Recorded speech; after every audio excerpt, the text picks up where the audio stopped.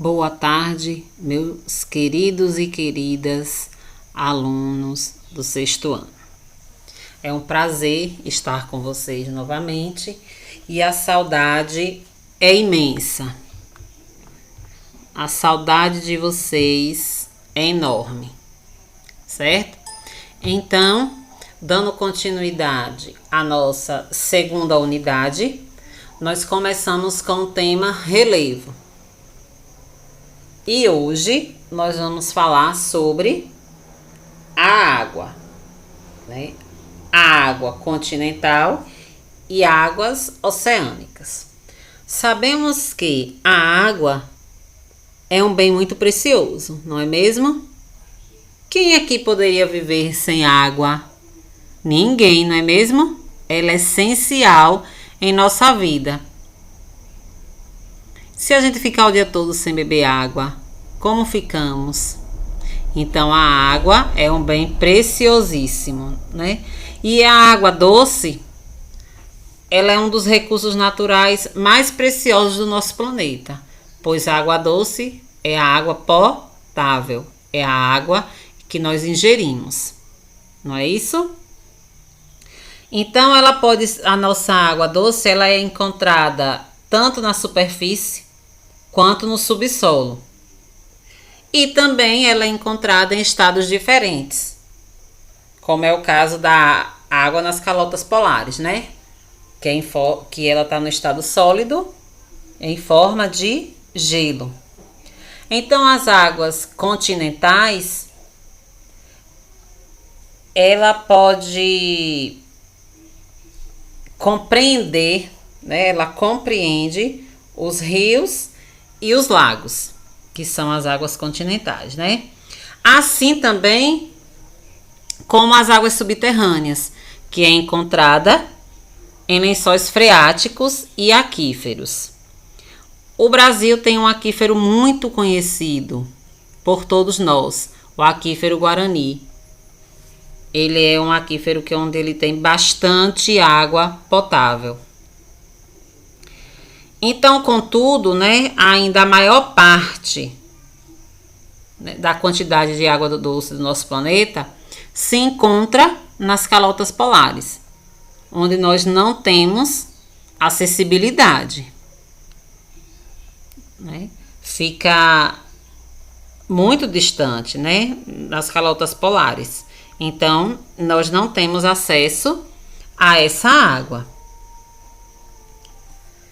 Então, os rios, por ser um agente externo, modelador do relevo, ele também, por ser um agente, né, ele também modela, né, uma paisagem, ele influencia na formação de uma paisagem. Como vocês podem perceber, nós temos duas formas de rios aqui. À nossa esquerda nós temos um rio de planalto, né? Que aí a gente pode falar que é uma cachoeira, né? E do nosso lado direito nós temos um rio de planície. Observem que o rio, ele é todo no mesmo nível, né? Então, um rio de planície. E aí, a água dos rios tem umas características peculiares, né, que, por exemplo, pode desgastar o relevo. Lembram que a prof falou que água mole em pedra dura, tanto bate até que fura? Então, imaginem essa água do nosso lado esquerdo, nessa cachoeira, como ela modifica essas pedras, né? O relevo deste lugar. Observem que é mais acidentado, né? Uma cachoeira, ele tem essas pedras maiores, né? Essa elevação maior do que do nosso lado direito, que é um rio de planície, é um rio plano. E aí essas cachoeiras, elas podem formar corredeiras, certo? E associada a água a outros elementos da natureza, como, né, o clima, o rio, ele pode apresentar volume de água durante o ano. É aí que pode propiciar, né, propicia, na verdade, a vegetação daquele lugar, certo? Então, quando a gente fala da vegetação e que o rio ele deve, né? Ele é peculiar de um lugar para o outro, o que acontece? Tem rios que nós podemos chamar de rios perenes, que a gente vai ver mais adiante, que são rios que não secam. Então, esses rios que não secam, a sua bacia, né, é responsável pelos afluentes, transformando esses rios em rios perenes. Um rio perene que a gente tem, que é bem conhecido aqui na nossa região, é o Rio São Francisco, né? A bacia do São Francisco, ele é um rio perene, certo? Então, a altitude também, vocês observem à nossa esquerda, nesse rio de Planalto, a altitude, claro que é maior do que no rio de planície, né? Então, o que acontece?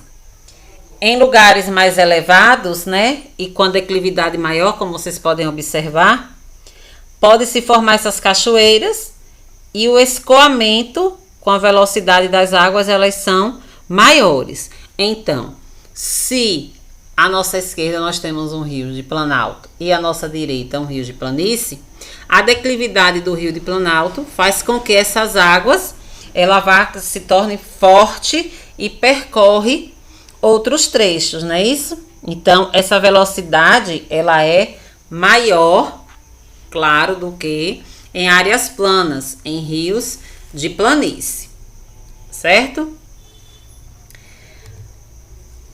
Seguindo adiante, nós vamos falar do ciclo da água. Para a água chegar à superfície, tem o passo a passo, não é isso? Ela não chega só assim, né? Então, a água, ela tem esse ciclo onde ela se prepara, né, a uma dinâmica que ela, ou seja, se mantém, essa dinâmica se mantém no nosso planeta, responsável por esse ciclo da água e ocorrem na natureza. Então, primeiro, aí observem que para poder ocorrer a chuva, tem que ter a evaporação, certo? Então, ocorre primeiro, observem aqui, a evaporação. No módulo de vocês, na página 341, tem a imagem. Então, observem. Primeiro tem que acontecer a evaporação, certo?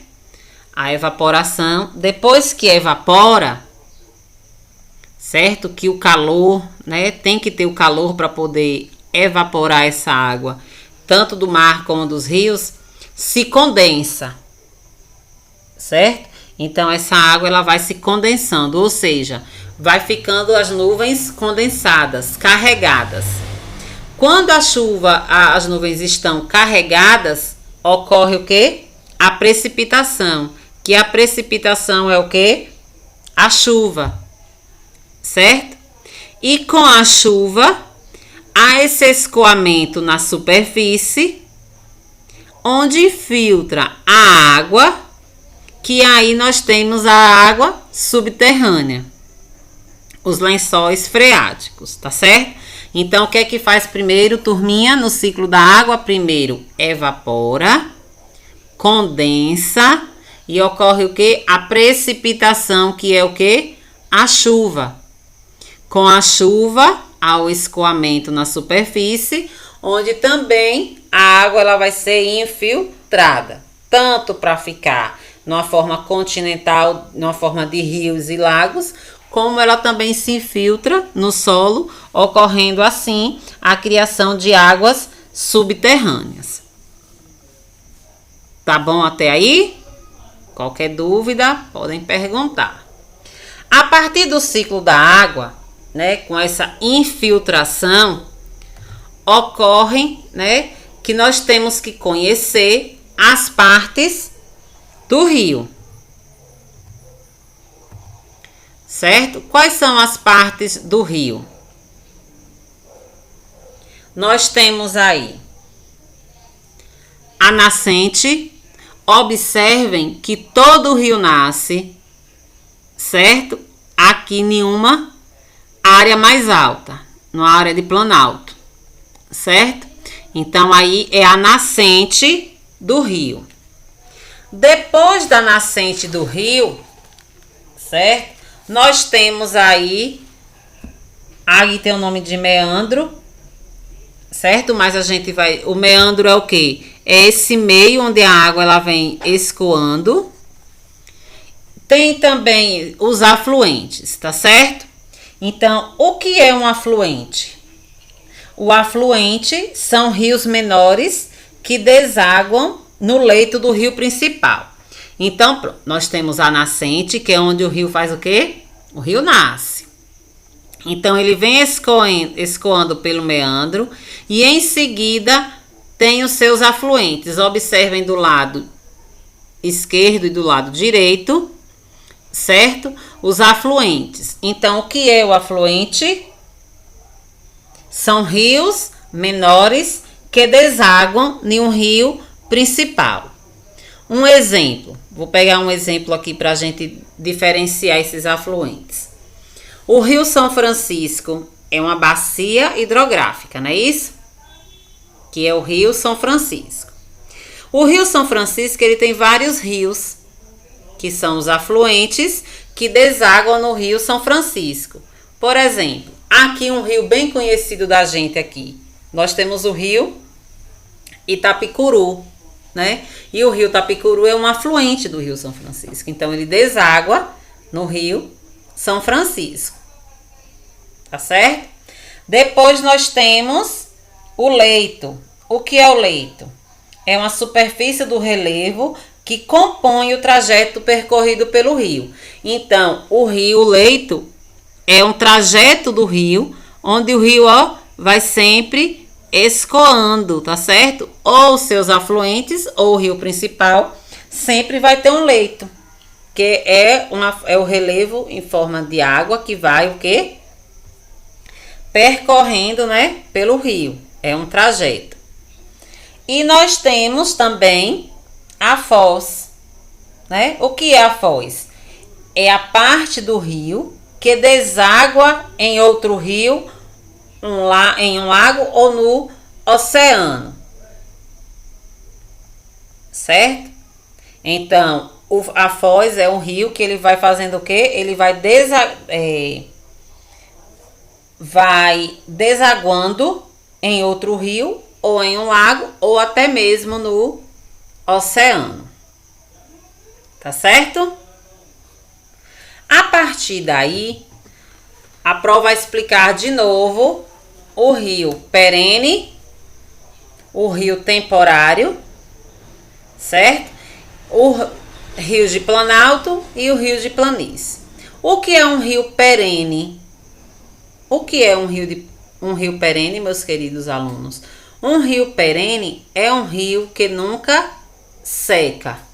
Pode ter a época da estiagem, como nós temos o verão, né? Que é estiagem. O rio perene, ele não seca. A prova vai dar exemplos de rio perene. O rio Amazonas, o rio São Francisco, o rio Paraná, certo? São rios perenes que nunca secam. Aí nós também temos o rio temporário, que é conhecido também como rio intermitente. Então vai ter literaturas, certo? Que traz aí falando de rio intermitentes.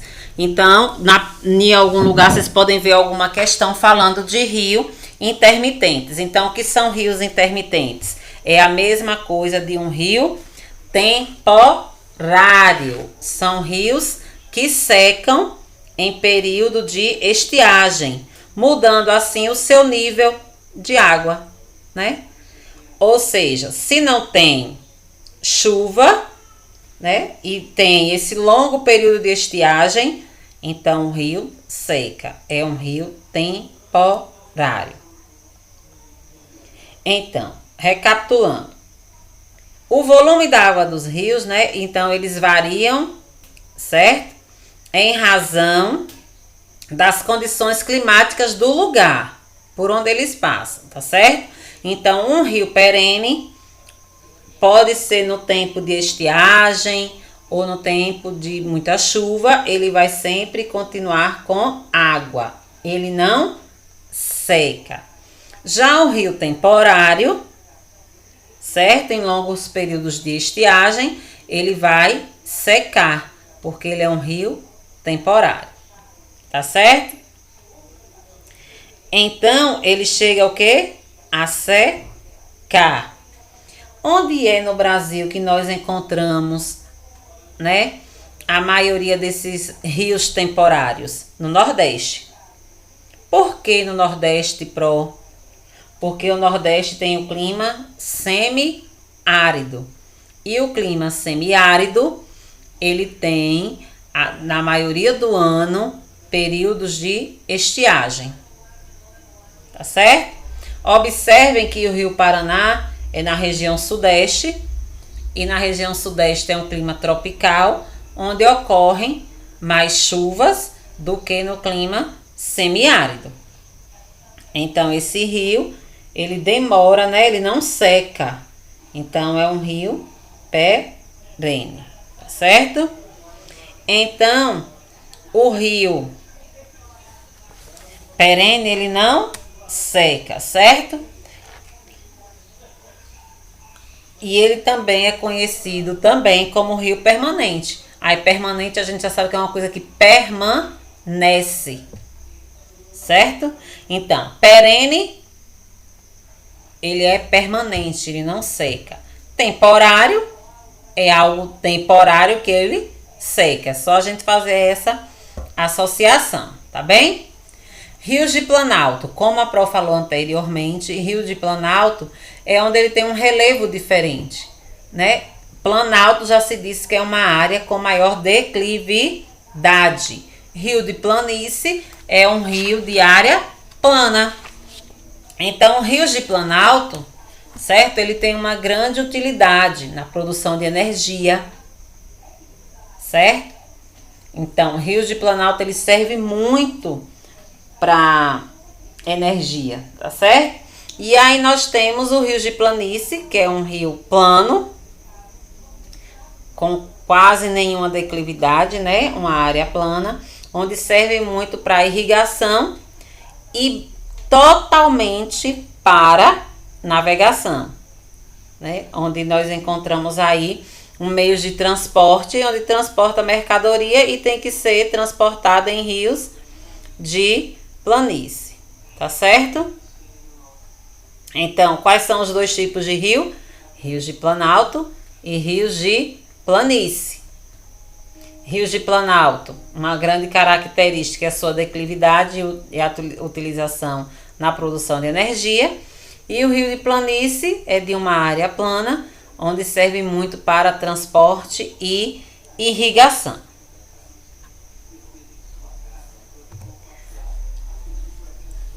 Nós vamos falar também da diferença entre rede hidrográfica e bacia hidrográfica.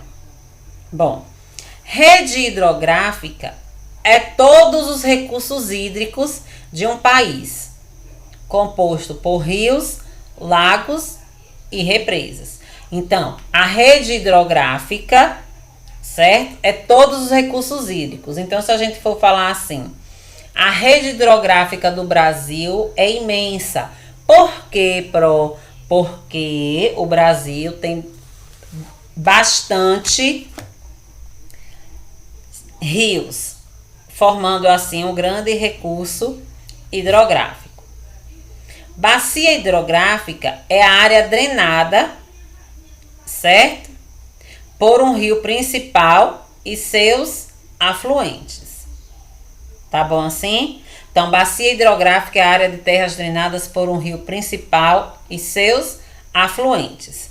Quando a gente falar assim, a bacia amazônica, então a bacia amazônica, ela tem vários rios que desaguam na grande bacia hidrográfica, na rede hidrográfica do rio Amazonas. Nós temos lá o rio Solimões, o rio Negro, que aí quando o Rio Negro com o Rio Solimões se juntam, eles formam uma pororoca, né? Eles se encontram. E o mais incrível é que as águas não se misturam a cor. Certo? O Rio Negro, a água é negra, e o Rio Solimões, a água já é clara. E eles não se misturam. Certo? Formando-se assim uma pororoca. E as bacias hidrográficas, elas apresentam um divisor de águas. O que é um divisor de água? É uma porção mais elevada do terreno, como morro e serras, que estabelecem o limite entre o que? As bacias hidrográficas. Bom, aqui nesse mapa, eu quero que vocês percebam que tem as 12 regiões hidrográficas do Brasil. As 12 principais. Nós temos aí Amazonas, observem que é todo esse verdinho na região norte. Nós temos Tocantins, Araguaia, Atlântico Nordeste Ocidental, Parnaíba, Atlântico Nordeste Oriental, São Francisco, Atlântico Leste, Atlântico Sudeste, Paraná, Paraguai, Uruguai e Atlântico Sul. São as 12 regiões hidrográficas brasileiras. Se eu perguntasse a vocês observando esse mapa, qual é a rede hidrográfica do estado que você mora? O que é que vocês me diriam aí? O São Francisco, né? O Rio São Francisco e o Atlântico Leste, que são as duas regiões, né? As grandes redes hidrográficas da nossa Bahia. Tá certo? Bom, falando em águas oceânicas, são as águas, né, que ficam no oceano, águas oceânicas, tá certo? Então, essa água oceânica, como a Pro falou antes, elas ficam concentradas nas calotas polares, né, e também no oceano. Quando a gente fala em calotas polares, é porque tem o Oceano Glacial Ártico, onde ficam calotas polares, né? Na Antártida também. E a água oceânica é a água do oceano, certo? Que é no mar. O relevo oceânico, observem que ele é composto de seus componentes, tá certo? A água oceânica, ela apresenta diferentes características em virtude da salinidade, que é o sal, e a temperatura. O Oceano Atlântico é um oceano de água quente, por sinal, o único de água quente. O Oceano Pacífico, ele é frio. Então, próxima à linha do Equador, como é o caso do Brasil, né, as águas, elas apresentam temperaturas mais elevadas, de acordo com a incidência maior da radiação solar. Então, é o que acontece com o Oceano Atlântico, né, que fica em uma área, certo? Que fica na linha do Equador, próxima à linha do Equador. Então, o relevo oceânico, ele é composto, né, de alguns componentes que forma o relevo oceânico, o relevo submarino, certo? Então, por que recebe esse nome? Porque é o conjunto de formas de relevo que constituem os terrenos submersos pelas águas do oceano e mares. Então, são águas que fica submerso, ou seja, a água fica acima e o relevo fica embaixo. E eles têm semelhanças ao relevo continental, que é o que nós estudamos, tá certo? Então, aí nós temos o continente, né, que tá logo aqui na imagem. O continente é a área densa, podemos dizer assim, é a Terra. Nós temos a plataforma continental, que é a porção do relevo situada à margem do continente, que vai se estendendo com inclinações suaves em direção ao fundo do oceano. Ou seja, primeiro é o continente aqui, e essa plataforma continental é uma área que fica entre o continente e entre a talude continental, certo? O que é a talude continental? A talude continental,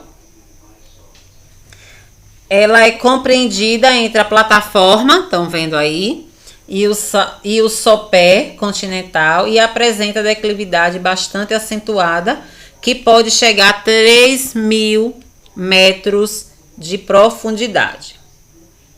Tá certo?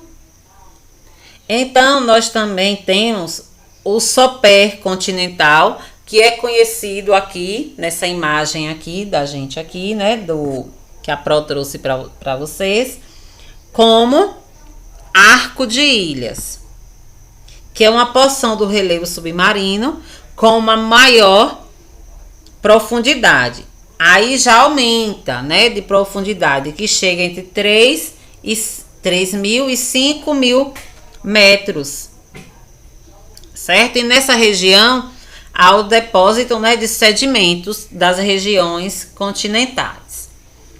Logo após, nós temos as ilhas oceânicas, né, que é essa parte que a gente pode chamar de guiotes, tá certo? E dorsal também.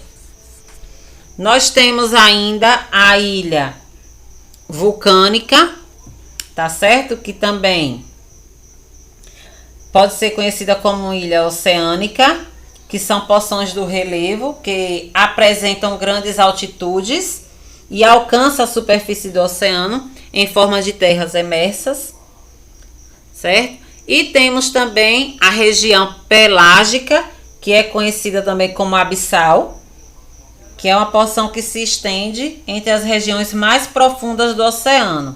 Aí já chega a 5.000 metros.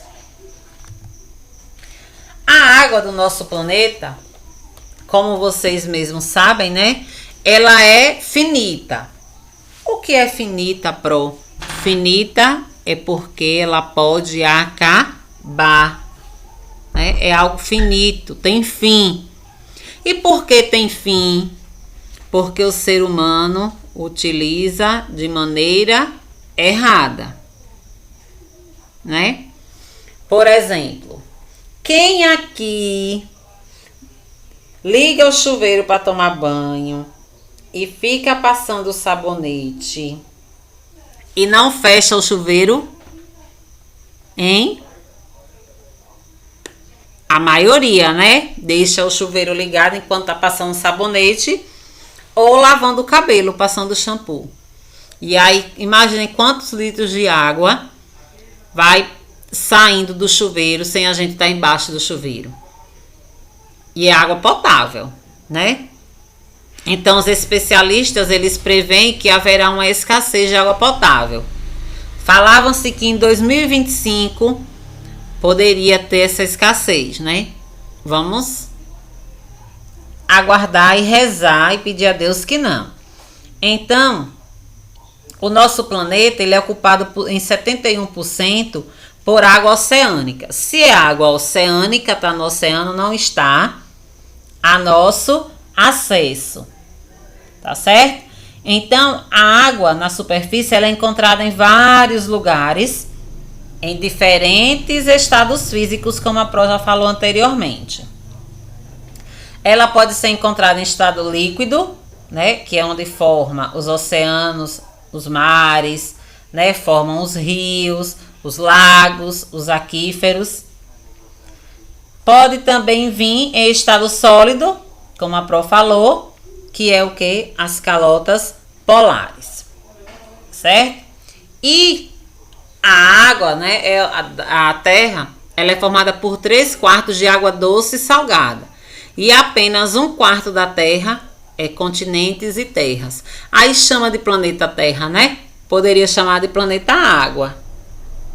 Então, onde está a nossa água, né? Onde nós podemos encontrar a nossa água? Então, 97,5% é água salgada, é água do oceano. E para o nosso consumo, nós temos 2,5% de água potável.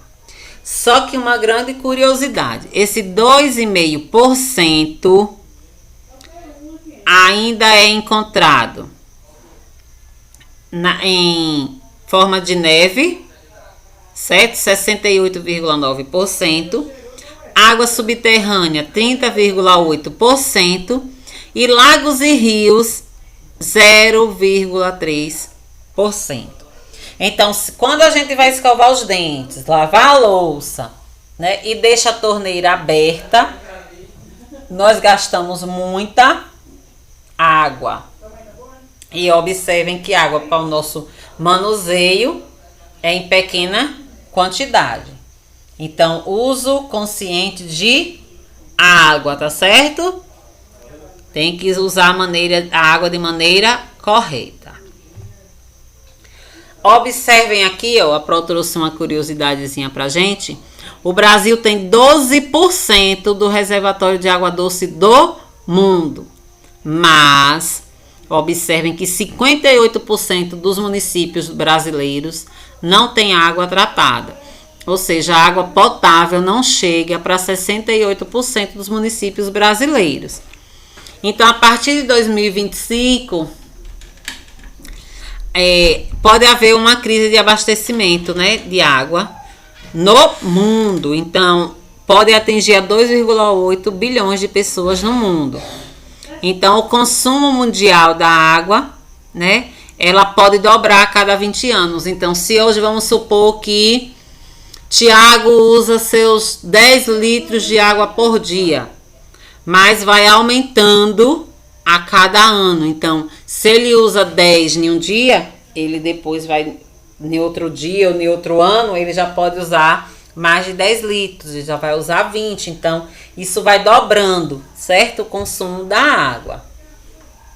Então, 21 países enfrentam a escassez da água, certo? Ou seja, 40% da população enfrenta esse problema, como tem países da África que sofrem com esse problema. Então, no mundo, 72% dos hospitais são ocupados por pacientes vítimas de doença transmitida pela água, ou seja, a água não tratada, certo? Aí tem a cólera, entre outras doenças.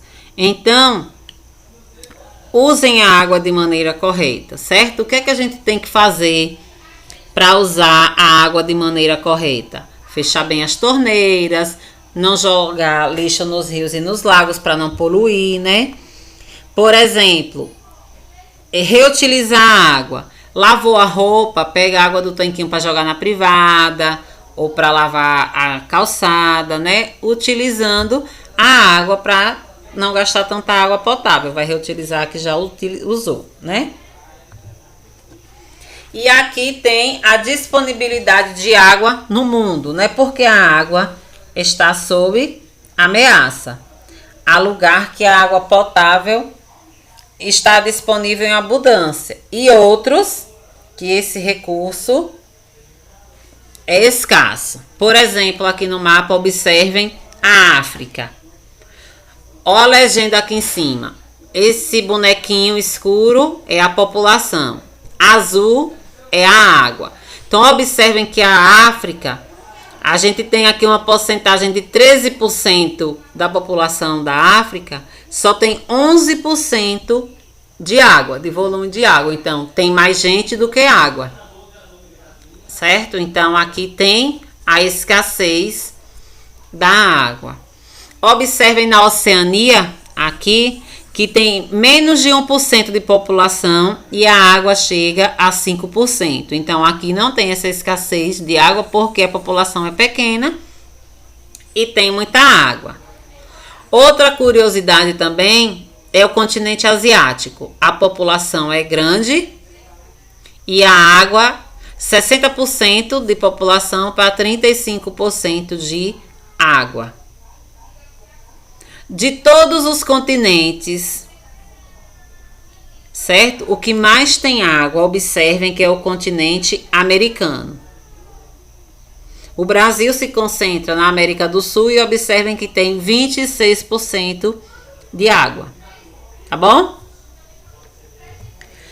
E por ter essa diversidade em água, né, utiliza-se, né, em vários setores, utiliza a água. Pode ser de forma inadequada, né, havendo assim um desperdício, e também pode ser utilizada de forma adequada. Para que chegue esse produto também em casa, eu tenho que utilizar a água, né, nos setores. Então, a agricultura é o verde. Observem que 70% da água é utilizada na agricultura, que é em forma também de irrigação, certo? 8% uso doméstico e 22% na indústria. Então, a agricultura, que é uma atividade o que mesmo? É o que?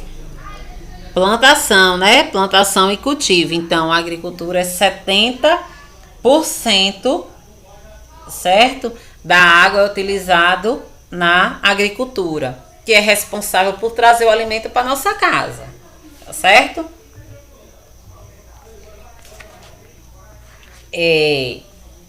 Quando fala assim em 70% da agricultura, 8% no uso doméstico e 22% na indústria, esse 8% do uso doméstico ainda no dia a dia é usado de maneira inadequada.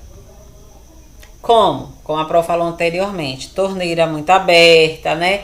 Lavando o carro de mangueira, gastando muita água. Então, tem que ter a conscientização para o consumo da água. Tá certo?